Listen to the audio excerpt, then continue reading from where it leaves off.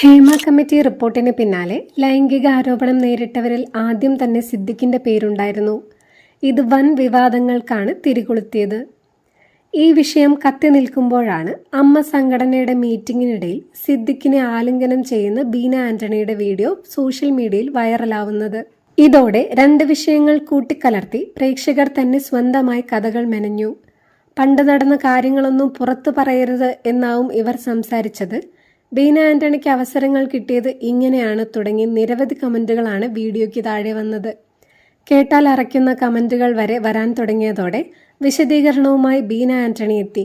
പണ്ട് മുതലേ എനിക്ക് സിദ്ദിഖ് ഇക്കയെ അറിയാം.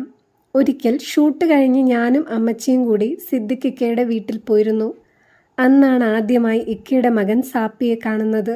ഒരു സോപ്പും കയ്യിൽ പിടിച്ച് ഓടിക്കളിക്കുന്ന സാപ്പി മോനെ കുറേ നേരം ഞാൻ കളിപ്പിച്ചു. പിന്നീട് ഇടയ്ക്കിടെ കണ്ടിട്ടുണ്ട്.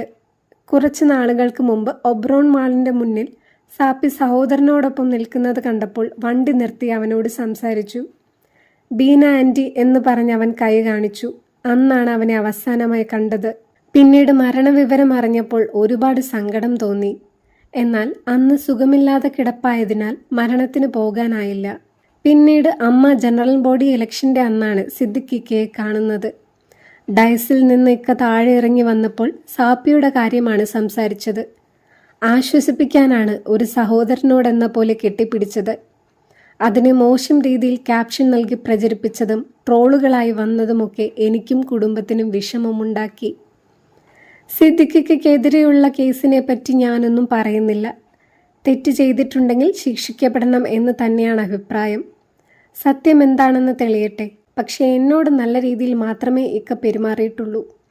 WCC അംഗങ്ങൾ അമ്മയിലേക്ക് തിരിച്ചു വരുന്നു എന്ന് കേൾക്കുന്നു. അതിൽ ഒരുപാട് സന്തോഷം തോന്നുന്നു. എല്ലാവരും ഒറ്റക്കെട്ടായി നിൽക്കണമെന്നും ബീന ആന്റണി പറഞ്ഞു.